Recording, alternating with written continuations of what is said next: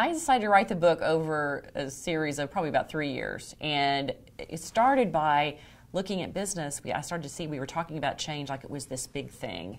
And it was a project plan, and it was an object almost. And what I started to see is that changes usually happen because of individuals deciding to do something. So you could trace back some of these incredible changes, and it could go back to a really small first step. And so what I started to do is to research people who had done it, and I wanted to be able to translate the people who had done it and share that with others so they could learn from it and read the book and say, you know what, I can do that too. I used the term wave instead of change because of this idea that a wave builds over time. It's organic. It grows. It grows because people decide to be part of it, not because there's one big decision maker that says it shall be. So I like that metaphor. Also, you think about at a baseball game, somebody who stands up and starts the wave. Nobody tells them they have to do it. Nobody instructs the whole stadium of how to get the wave going. It just happens, and it just spreads.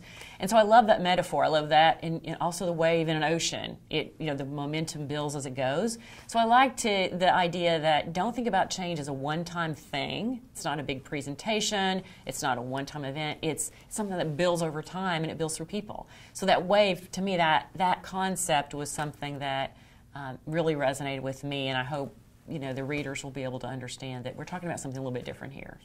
I'd say the first thing is how you think. It's not what you do, it's what's going on in your head. And the most powerful question I think that someone can ask is, what can I do? And it sounds like a simple one, but if you start asking, what can I do? How can I help? It does a couple of things. First off, it keeps you focused on what's in your control, what can you influence, and because there are all kinds of things around us that we wouldn't have chosen, we're not happy with, and it keeps it focused on what can you do. The second thing is the word do, because do implies there is action associated with it.